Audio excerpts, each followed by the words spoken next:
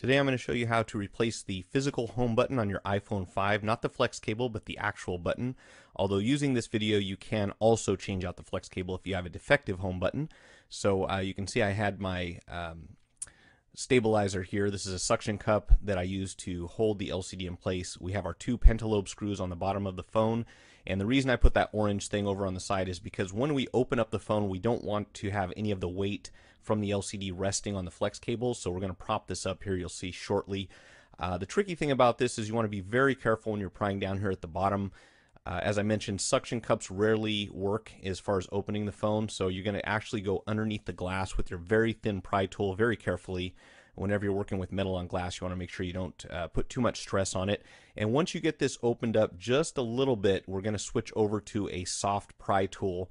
And you'll see here in a moment this one kind of slipped and it likes to close back up. So you have to kind of hold it propped open for a second, and then once you get your other pry tool in here, we'll just kind of work our way down the sides. Make sure you're getting underneath the entire plastic frame in between the metal housing and the LCD frame. Otherwise that will actually split right between the glass and the plastic that goes around the outside. So what we'll do is work our way up both sides of the phone here just very carefully. And again, don't pull too hard. We're just going to kind of open it up from the bottom to the top, and then you'll see that it's resting over there on that little suction cup, because until we remove the flex cables, we don't want to have it hanging by that. Down here we have two screws that hold the battery terminal in. So this little metal plate we are going to remove in order to disconnect the battery.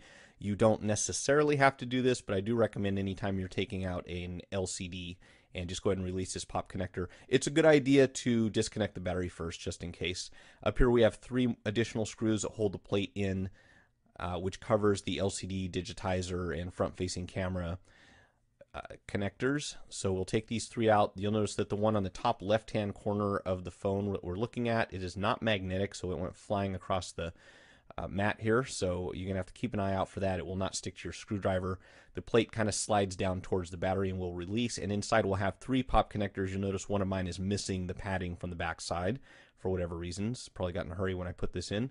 In any case, if you release these three connectors, they just lift straight off of the board, and we'll set the housing aside for now. And on the inside, you'll see we have two screws that hold this metallic plate behind the button, and then you also will have adhesive underneath those gold connectors. So once these two screws come out, don't go too far ahead.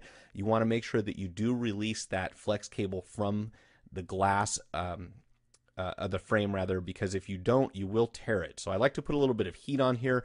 You'll also notice that my home buttons comes out relatively easy. That's because it has been removed before. You may have to use additional heat, and be very careful when you pull the button out, because you don't want to ruin that rubber gasket that's underneath it. You'll see here I'm going underneath just enough to get this disconnected, because there is some adhesive holding that on. And once you remove that, you can set it to the side, and you'll see mine comes right out. You may have to work on that a little bit. Try not to damage that rubber gasket. It is very important. And we are going to actually proceed to remove that from the old home button very carefully. If you make any holes in this thing, basically it will allow moisture to get inside the phone. So we want to avoid that as much as possible. That little gasket is there for a reason. A lot of people have a little bit of moisture on their fingertips when they're using the phone, and you definitely don't want that leaking inside. So a combination of heat and patience should allow you to get this gasket off in one piece.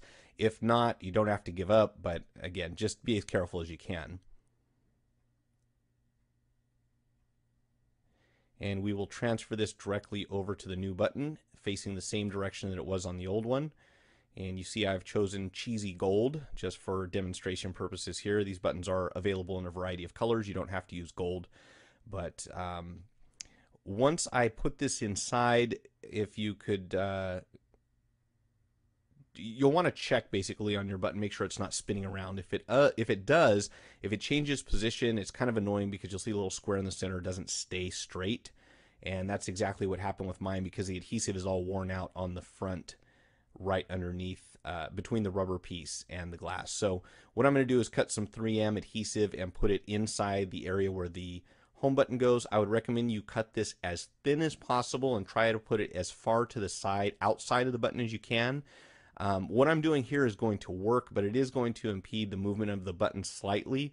So you kind of want to avoid getting the adhesive on the button itself. This is mainly meant to be attached to the rubber gasket, but I am not really that concerned with it, honestly. This is my phone. It's not really a big deal. The button will move. It will function properly.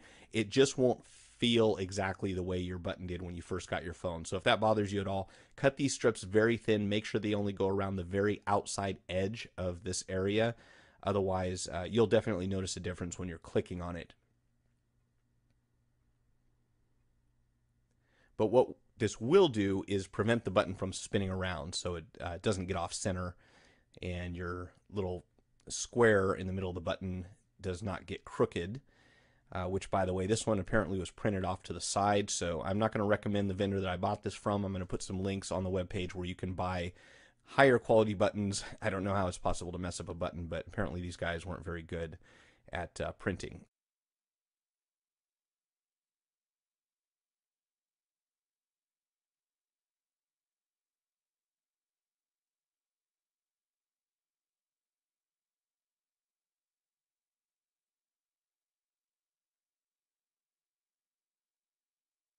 I'm going to click on it here just to make sure it does spring back.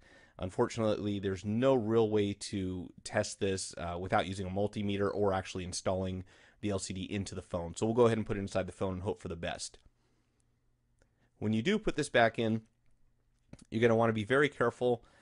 Go ahead and prop it up again the same way that we did when we removed it. Plug your connectors onto the logic board and then make sure they don't move around, because if they shift at all, you're going to end up getting stripes on your screen and you'll have to open the thing up and put it all back together again.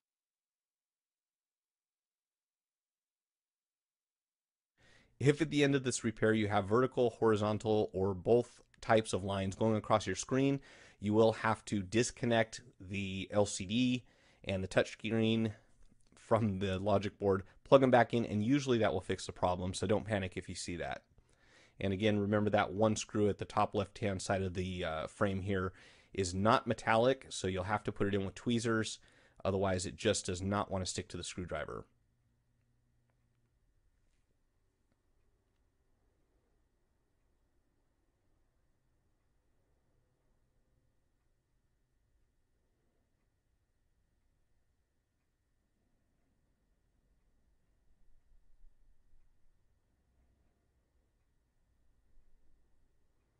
And over here on the top of the phone, you're going to notice that there are 3 tabs, and you want to make sure these tabs tuck in under the top half of the frame, and once you have them in position, make sure you keep that tucked in, and then just very slowly work your way around the edge of the glass. Don't push too hard, especially in the areas near the LCD, and make sure this all sits together flush. Once it does, we'll power it up, and I'm going to speed up the video here just a little bit because this thing takes forever to turn on, and it's not even on 7.0 yet. But when it does finally power up, we should be able to test the home button. Just hit your lock until the screen shuts off. Click on the home button, make sure it's functioning, and it looks like we are good to go.